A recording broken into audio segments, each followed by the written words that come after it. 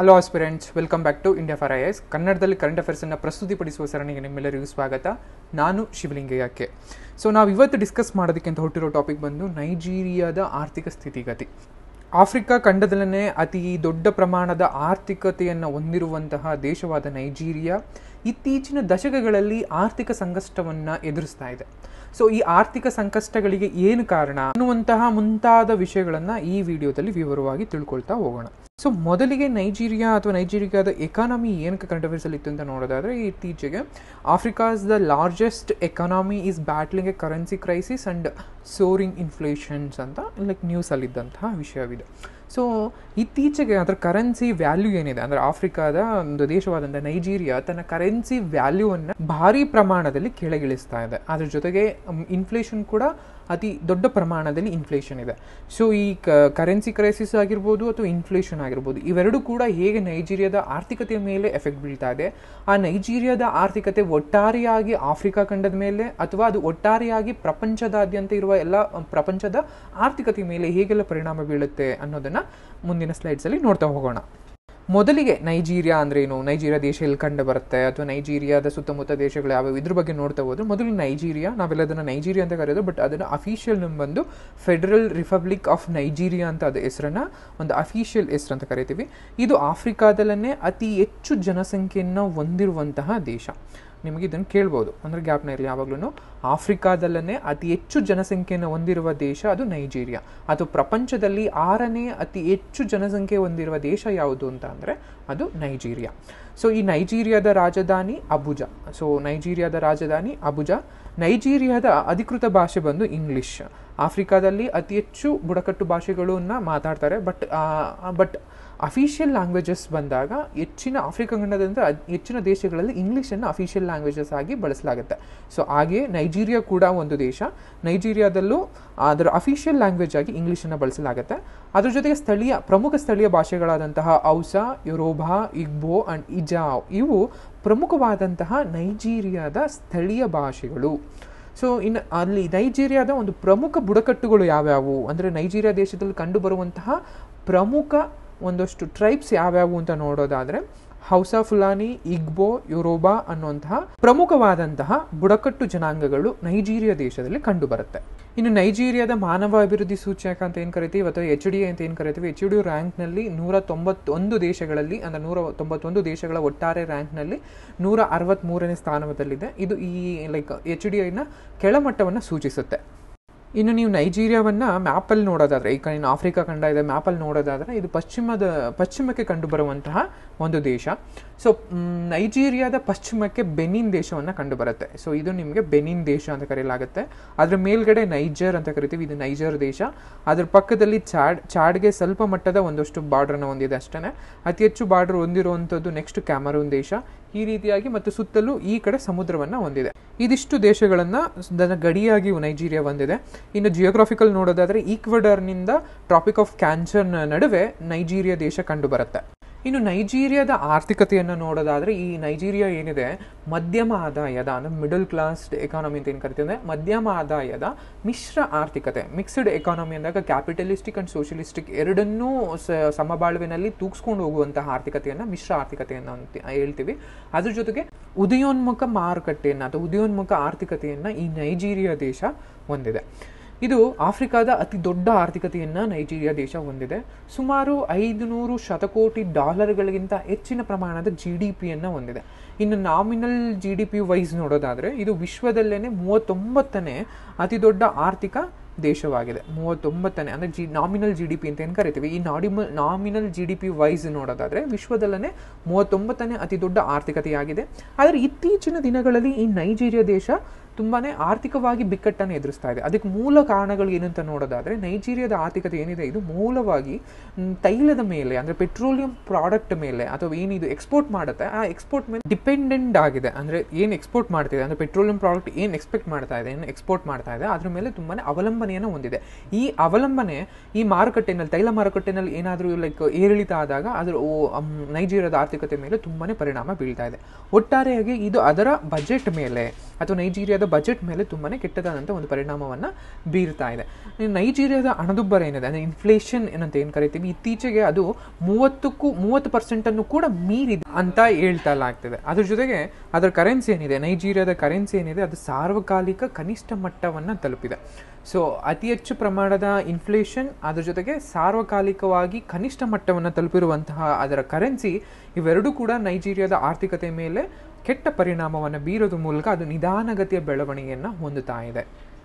ಇದಿಷ್ಟು ನೈಜೀರಿಯಾದ ಆರ್ಥಿಕತೆ ಅಥವಾ ನೈಜೀರಿಯಾದ ಆರ್ಥಿಕತೆಯ ಒಂದಷ್ಟು ಪರಿಣಾಮಗಳು ಹೇಳೋದಾದರೆ, ಅದು ಪರಿಣಾಮಗಳನ್ನ ನೋಡೋದಾದರೆ, ನೆಕ್ಸ್ಟ್ ಇನ್ಫ್ಲೇಷನ್ ಅಂದರೆ ಏನು, ಅಥವಾ ಮನಿ ಡಿವ್ಯಾಲ್ಯೂಯೇಷನ್ ಅಂದರೆ ಏನು, ಅಥವಾ ಲೈಕ್ ಸ್ಟಾಗ್ಫ್ಲೇಷನ್ ಅಂದರೆ ಏನು, ಕರೆನ್ಸಿಯನ್ನು ಅದು ಡಿವ್ಯಾಲ್ಯೂ ಮಾಡುವಂಥದ್ದು ಏನು, ಇವೆಲ್ಲವನ್ನು ನಾವು ನೋಡೋದಾದರೆ, ಹಾಗಾದರೆ ಹಣದುಬ್ಬರ ಅಂದರೆ ಏನು ಅಂತ ನೋಡೋದಾದರೆ, ಒಂದು ನಿರ್ದಿಷ್ಟ ಆರ್ಥಿಕತೆಯೊಳಗೆ ಸರಕು ಸೇವೆಗಳ ಬೆಲೆ ದಿನೇ ದಿನೇ ಒಂದೇ ಪ್ರಮಾಣದಲ್ಲಿ ಹೆಚ್ಚಾಗ್ತಾ ಹೋಗ್ತಾ ಇದ್ದಾರೆ. ಅಂದರೆ ಇವತ್ತು 10 ರೂಪಾಯಿ ಸಿಗ್ತಾ ಇದ್ದಂತಹ ಒಂದು ಪ್ರಾಡಕ್ಟ್ ಮುಂದಿನ 3 ತಿಂಗಳಲ್ಲಿ 20 ರೂಪಾಯಿಗೆ, ಮುಂದಿನ 6 ತಿಂಗಳಲ್ಲಿ ಅದು 25-30 ರೂಪಾಯಿಗೆ ದಾಟ್ತಾ ಇದೆ ಅಂದರೆ ಅದು ಇನ್ಫ್ಲೇಷನಲ್ಲಿ ಹೋಗ್ತಾ ಇದೆ. ಅಂದರೆ ಆ ದೇಶದ ಆರ್ಥಿಕತೆ ಇನ್ಫ್ಲೇಷನಲ್ಲಿ ಇದೆ ಅಂತ ಅರ್ಥ.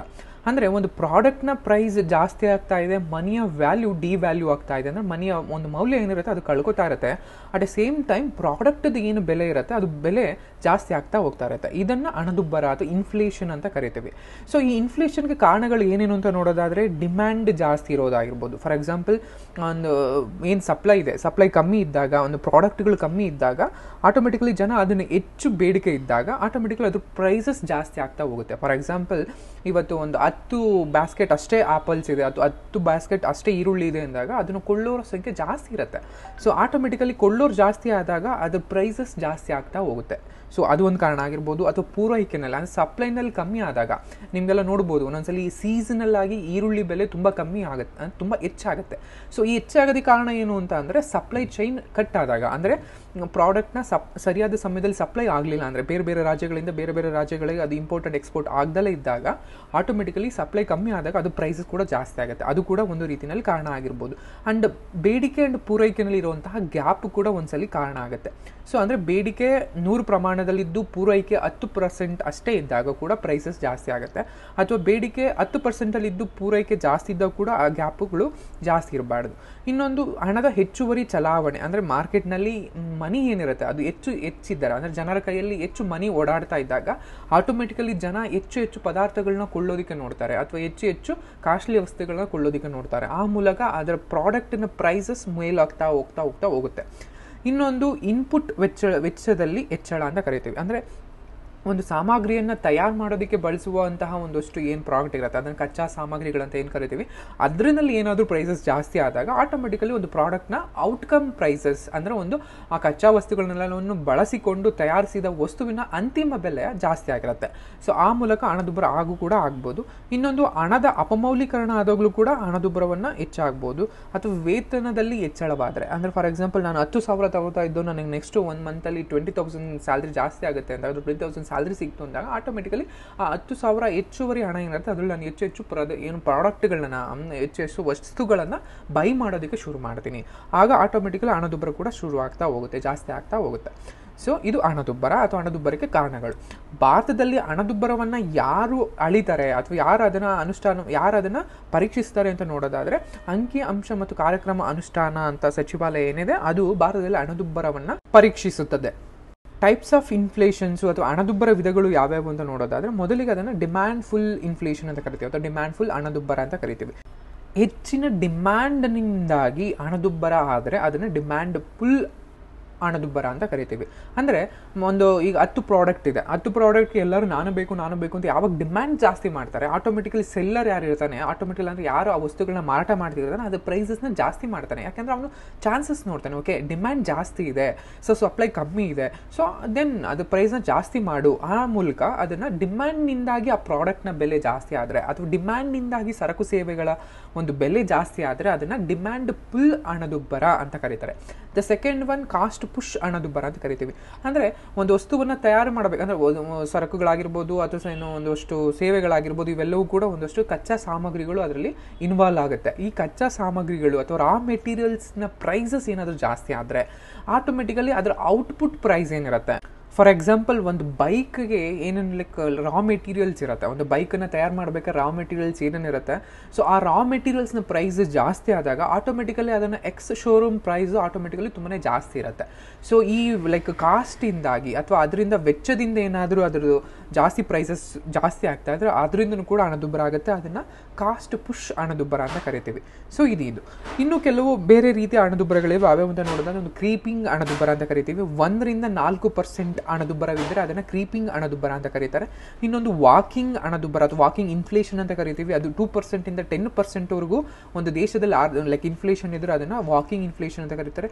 ಇನ್ನೊಂದು ರನ್ನಿಂಗ್ ಇನ್ಫ್ಲೇಷನ್ 10% 20%ವರೆಗೂ ಏನಾದರೂ ಅದು ಇನ್ಫ್ಲೇಷನ್ ಮಟ್ಟ ಇದ್ದರೆ ಅದನ್ನು ರನ್ನಿಂಗ್ ಇನ್ಫ್ಲೇಷನ್ ಅಂತ ಕರೀತಾರೆ.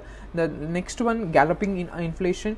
ಗ್ಯಾಲಪಿಂಗ್ ಇನ್ಫ್ಲೇಷನ್ ಅಂದರೆ 20% to 100% ಅದು 1000%ವರೆಗೂ ಇದ್ದರೆ ಅದನ್ನು ಗ್ಯಾಲಪಿಂಗ್ ಹಣದುಬ್ಬರ ಅಂತಾರೆ.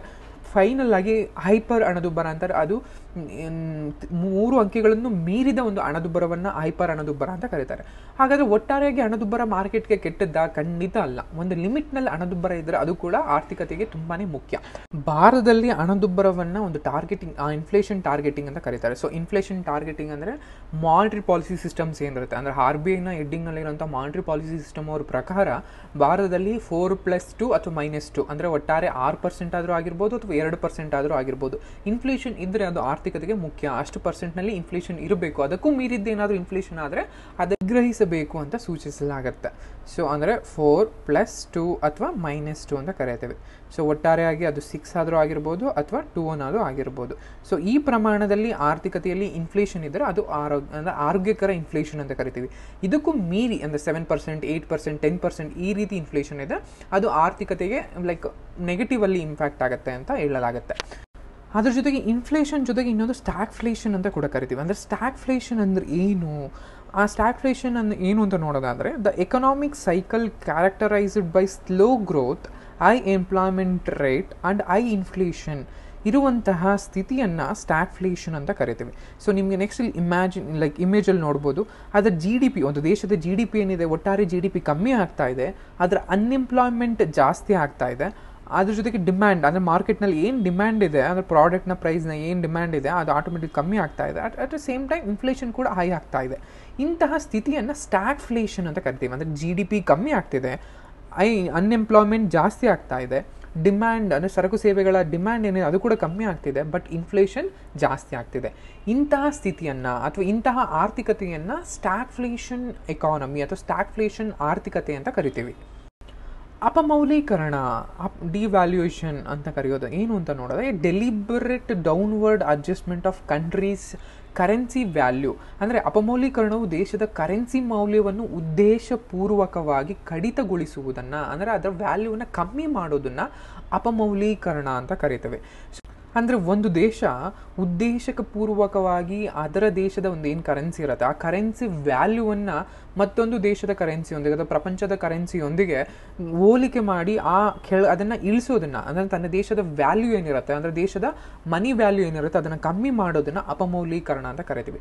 ಫಾರ್ ಎಕ್ಸಾಂಪಲ್ ಇಂಡಿಯನ್ ಒಂದು ಎಕ್ಸಾಂಪಲ್ನ ತಗೊಳ್ಳೋದಾದರೆ ಮೊದಲಿಗೆ $1ಗೆ 50 ರೂಪಾಯಿಗಳು ಕೊಡಬೇಕಾಗಿದ್ರೆ ನೆಕ್ಸ್ಟ್ ಇನ್ನೊಂದು ಮೂಮೆಂಟ್ ಆಫ್ ಟೈಮಲ್ಲಿ ಅದನ್ನು 60 ರೂಪಾಯಿಗಳಾದರೆ ಅಥವಾ 70 ರೂಪಾಯಿಗಳಾದರೆ ಅಂದರೆ ಮನಿಯ ವ್ಯಾಲ್ಯೂ ಕಮ್ಮಿ ಆಗ್ತಾ ಇದೆ.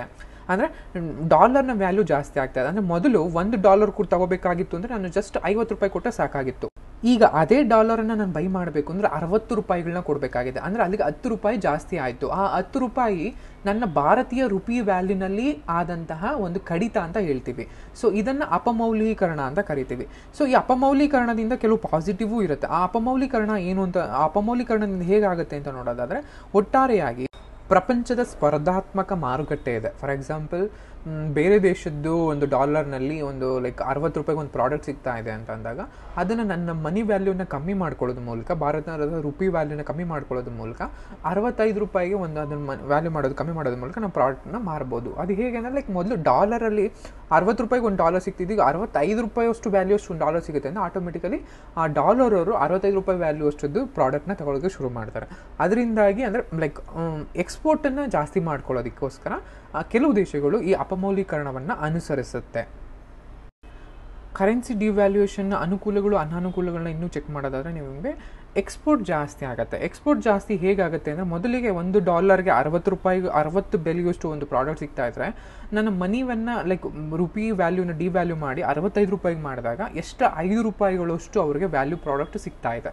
ಸೊ ಆಟೋಮೆಟಿಕಲಿ 65 ರೂಪಾಯಿಗೆ ಏನು ಲೈಕ್ 60 ರೂಪಾಯಿಗಿಂತ 65 ರೂಪಾಯಿ ಬೆಟರ್. ಅಂದರೆ ಲೈಕ್ ಅವ್ರ ಫಾರಿನವ್ರ ಪರ್ಸ್ಪೆಕ್ಟಿವಿಂದ ನೋಡೋದಾದರೆ ಆಟೋಮೆಟಿಕಲಿ ಅಂದರೆ ಇನ್ನೂ 5 ರೂಪಾಯಿ ಎಷ್ಟ ಪ್ರಾಡಕ್ಟ್ ಅವ್ರಿಗೆ ಸಿಗ್ತಾ ಇದೆ. ಸೊ ಅದರಿಂದಾಗಿ ಎಕ್ಸ್ಪೋರ್ಟು ಅವರು ಇಂಪೋರ್ಟ್ ಜಾಸ್ತಿ ಮಾಡ್ಕೋತಾರೆ. ಆ ಒಟ್ಟಾರೆಯಾಗಿ ನಮ್ಮ ದೇಶದ ಒಂದು ಎಕ್ಸ್ಪೋರ್ಟ್ ಜಾಸ್ತಿ ಆಗ್ತಾ ಹೋಗುತ್ತೆ.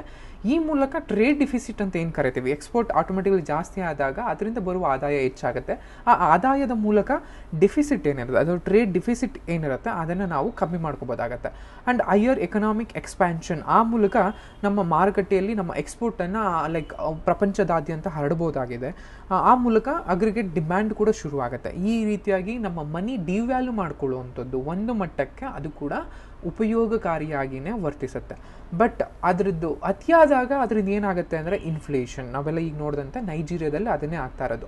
ನೈಜೀರಿಯಾದ ಕರೆನ್ಸಿ ಆದಂತಹ ನೈರಾ ಅನ್ನೋದು ಏನಿದೆ, ಅದು ಇತ್ತೀಚೆಗೆ ಲೈಕ್ $1ಗೆ 1585 ರೂಪಾಯಿ ಮೌಲ್ಯ ಇದೆ. ಅಂದರೆ $1 ಈಸ್ ಈಕ್ವಲ್ ಟು 1585 ನೈರಾ. ಅಂದರೆ ನೀವು ಇಲ್ಲಿ ನೋಡ್ಬೋದು ಎಷ್ಟು ಡಿವ್ಯಾಲ್ಯೂ ಆಗಿದೆ ಡಾಲರ್ನ ಎದುರು ಅಂತ.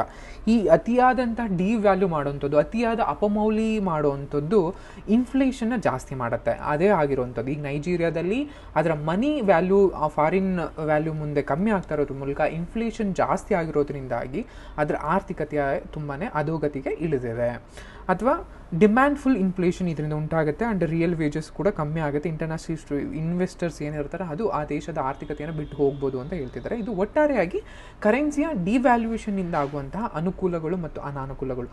ಒಂದು ಲಿಮಿಟ್ ಒಳಗೆ ಮನಿ ಡಿವ್ಯಾಲ್ಯೂ ಇದ್ದರೆ ಅದು ಒಂದು ದೇಶದ ಅಂದರೆ ಬೆಳೀತಾ ಇರುವಂತಹ ಉದಯೋನ್ಮುಖವಾದಂತಹ ದೇಶಗಳಿಗೆ ಅಥವಾ ಯಾವುದು ತನ್ನ ಮಾರ್ಕೆಟನ್ನು ಪ್ರಪಂಚದಾದ್ಯಂತ ವಿಸ್ತರಿಸಬೇಕು, ತನ್ನ ಪ್ರಪಂಚದಾದ್ಯಂತ ತನ್ನ ಪ್ರಾಡಕ್ಟ್ ಅಥವಾ ಸರ್ವಿಸಸ್ನ ಎಕ್ಸ್ಪೋರ್ಟ್ ಮಾಡಬೇಕು ಅನ್ನೋ ಯಾವ ಕಂಟ್ರಿ ಇರುತ್ತೆ ಅದು ಒಂದಿಷ್ಟು ಪ್ರಮಾಣದಲ್ಲಿ ಡಿವ್ಯಾಲ್ಯೂ ಮಾಡಿಕೊಂಡ್ರೆ ತುಂಬಾ ಒಳ್ಳೆಯದು.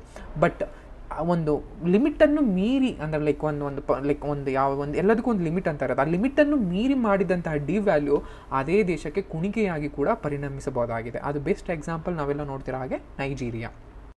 ಇನ್ನು ಕೆಲವರಿಗೆ ಇನ್ಫ್ಲೇಷನ್ ಅಂದ್ರೆ ಏನು, ಡಿಸ್ಇನ್ಫ್ಲೇಷನ್ ಅಂದ್ರೆ ಏನು, ಡಿಫ್ಲೇಷನ್ ಅಂದ್ರೆ ಏನು ಅಥವಾ ರೀಫ್ಲೇಷನ್ ಅಂದ್ರೆ ಏನು ತುಂಬಾ ಕನ್ಫ್ಯೂಷನ್. ಎಲ್ಲದರಲ್ಲೂ ಫ್ಲೇಷನ್ ಅಂತ ಇದೆ, ಬಟ್ ಯಾವುದಂತ ಕರೀತಾರೆ ಅಂತ ಡೌಟ್ ಇರೋರಿಗೆ ಸೊ ಇದೊಂದು ಡಯಾಗ್ರಾಮ್ ಹಾಕಿದ್ದೀನಿ. ಈ ಡಯಾಗ್ರಾಮ್ ಮೂಲಕ ನೀವು ಸುಲಭವಾಗಿ ಜ್ಞಾಪನವಾಗಿ ಇಟ್ಕೋಬಹುದು. ಸೊ ಲೈಕ್ ಇನ್ಫ್ಲೇಷನ್ ಅಂದ್ರೆ ಏನು ನಿಮಗೆಲ್ಲ ಗೊತ್ತಿರೋ ಹಾಗೆ, ಸರಕು ಸೇವೆಗಳ ಬೆಲೆ ದಿನೇ ಜಾಸ್ತಿ ಆಗ್ತಾ ಇದ್ರೆ ಅದನ್ನ ಇನ್ಫ್ಲೇಷನ್ ಅಂತ ಕರಿತೀವಿ. ಹಾಗಾದ್ರೆ ಡಿಸ್ಇನ್ಫ್ಲೇಷನ್ ಅಂದ್ರೆ ಏನು ಅಂತ ಕರೆಯೋದಾದ್ರೆ, ಆ ಇನ್ಫ್ಲೇಷನ್ನ ಪ್ರೈಸಸ್ ಕಮ್ಮಿ ಆಗ್ತಾ ಇದ್ರೆ, ಫಾರ್ ಎಕ್ಸಾಂಪಲ್ ಇವತ್ತು 10% ಅಂತ ಇದ್ದಷ್ಟು ಇನ್ಫ್ಲೇಷನ್ ನಾಳೆ ಲೈಕ್ ನೆಕ್ಸ್ಟ್ 1 ಮಂತಲ್ಲಿ ಅದೇನಾದರೂ 8%ಗೆ 7%ಗೆ ಕಮ್ಮಿ ಆಗ್ತಾ ಇದ್ರೆ ಅದನ್ನು ಡಿಸ್ಇನ್ಫ್ಲೇಷನ್ ಅಂತ ಕರಿತೀವಿ. ಅಂದರೆ ಆಲ್ರೆಡಿ 1ರಿಂದ 10% ಇರೋಂತಹ ಇನ್ಫ್ಲೇಷನ್ ಇಲ್ಲಿ 10% ಅಂತ ಇರೋ ಇನ್ಫ್ಲೇಷನ್ ಇಲ್ಲಿಗೆ ಅದು 7%ಗೆ ಆದಾಗ ಅದನ್ನು ಡಿಸ್ಇನ್ಫ್ಲೇಷನ್ ಅಂತ ಕರಿತೀವಿ. ಡಿಫ್ಲೇಷನ್ ಅಂದರೆ ಏನು? ಡಿಫ್ಲೇಷನ್ ಅಂದರೆ ಇನ್ಫ್ಲೇಷನ್ನ ವಿರುದ್ಧವಾದಂಥದ್ದು. ಇಲ್ಲಿ 10% ಇದ್ದಿದ್ದು ಇಲ್ಲಿ -2% ಇಳಿದ್ರೆ ಋಣಾತ್ಮಕವಾದಂತಹ ಇನ್ಫ್ಲೇಷನ್ನ ಅದನ್ನು ಆಪೋಸಿಟ್ ಡಿಫ್ಲೇಷನ್ ಅಂತ ಕರೀತಾರೆ. ಅಂದರೆ 10% ಇಲ್ಲಿಗೆ -2% ಆಗಿದೆ, ಅದನ್ನು ಡಿಫ್ಲೇಷನ್ ಅಂತ ಕರಿತೀವಿ. ಅಂದರೆ persistent decrease in the price level of ಅಥವಾ ನೆಗೆಟಿವ್ ಇನ್ಫ್ಲೇಷನ್ನ ಡಿಫ್ಲೇಷನ್ ಅಂತ ಕರಿತೀವಿ. ರೀಫ್ಲೇಷನ್ ಅಂದ್ರೆ ಏನು ಅಂತಂದರೆ -2ನಲ್ಲಿ ಇದ್ದಿದ್ದು +3ಗೆ ಬಂದರೆ ಅಥವಾ ಮಾಮೂಲಿ 3% ಹೆಚ್ಚಾದಾಗ ಅದನ್ನು ರೀಫ್ಲೇಷನ್ ಅಂತ ಕರಿತೀವಿ. So inflation, disinflation, deflation, reflation. Inflation ಒಂದು ಲೈಕ್ ಮಾರ್ಕೆಟ್ನಲ್ಲಿರುವಂಥ ಸರಕು ಸೇವೆಗಳ ಬೆಲೆ ಜಾಸ್ತಿ ಆಗ್ತಾ ಇದ್ರೆ ಅಂದರೆ ಇನ್ಫ್ಲೇಷನ್ ಜಾಸ್ತಿ ಇದ್ರೆ ಅದನ್ನು ಇನ್ಫ್ಲೇಷನ್ ಅಂತ ಕರಿತೀವಿ. ಡಿಸ್ಇನ್ಫ್ಲೇಷನ್ ಅಂದರೆ 10%ಅಲ್ಲಿರುವಂಥ ಇನ್ಫ್ಲೇಷನ್ 7% ಇಳಿದಾಗ ಅದು ಡಿಸ್ಇನ್ಫ್ಲೇಷನ್ ಆಗುತ್ತೆ. ಅದು ನೆಗೆಟಿವ್ ಆದಾಗ ಅದನ್ನು ಡಿಫ್ಲೇಷನ್ ಅಂತ ಕರಿತೀವಿ. ಆ ನೆಗೆಟಿವಿಂದ ತಿರ್ಗ ಪಾಸಿಟಿವ್ಗೆ ಸೈಕಲ್ ಜಾಸ್ತಿ ಆದಾಗ ಅದನ್ನು ರೀಫ್ಲೇಷನ್ ಅಂತ ಕರಿತೀವಿ. ಇದಿಷ್ಟು ಇನ್ಫ್ಲೇಷನ್, ಡಿಫ್ಲೇಷನ್ ಅಥವಾ ರೀಫ್ಲೇಷನ್ನ ಅರ್ಥ. ಒಟ್ಟಾರೆಯಾಗಿ ನೈಜೀರಿಯಾದ ಆರ್ಥಿಕತೆ ಅಂದರೆ ಏನು ಅಥವಾ ನೈಜೀರಿಯಾ ಎಲ್ಲಿದೆ, ನೈಜೀರಿಯಾದ ಆರ್ಥಿಕತೆಯಲ್ಲಿ ಏನೇನೆಲ್ಲ ಇಂಪ್ಯಾಕ್ಟ್ ಆಗ್ತಾ ಇದೆ ಅಥವಾ ಅದರ ನೈಜೀರಿಯಾದ ಮನಿ ಡಿವ್ಯಾಲ್ಯೂಯೇಷನ್ ಆ್ಯಂಡ್ ಹೈಯರ್ ಇನ್ಫ್ಲೇಷನಿಂದ ಅದರ ಆರ್ಥಿಕತೆ ಮೇಲೆ ಏನೆಲ್ಲ ಪರಿಣಾಮ ಬೀರಿದೆ, ಆ ಮೂಲಕ ಲೈಕ್ ಇನ್ಫ್ಲೇಷನ್ ಅಂದರೆ ಏನು ಅಥವಾ ಡಿವ್ಯಾಲ್ಯೂಯೇಷನ್ ಅಂದರೆ ಏನು, ಸ್ಟಾಗ್ಫ್ಲೇಷನ್ ಅಂದರೆ ಏನು, ಈ ರೀತಿಯಾಗಿ ಒಂದಷ್ಟು ಮಾಹಿತಿಯನ್ನು ಈ ವಿಡಿಯೋದಲ್ಲಿ ಹಂಚ್ಕೊಂಡಿದ್ದೀವಿ. ಈ ಮಾಹಿತಿ ನಿಮ್ಗೆ ಇಷ್ಟ ಆಗಿದೆ ಅಂತ ಬಯಸ್ತಾ ಇದ್ದೀನಿ. ಇಲ್ಲಿಗೆ ಈ ವಿಡಿಯೋ ಮುಕ್ತಾಯಗೊಳ್ಳುತ್ತೆ. Thank you.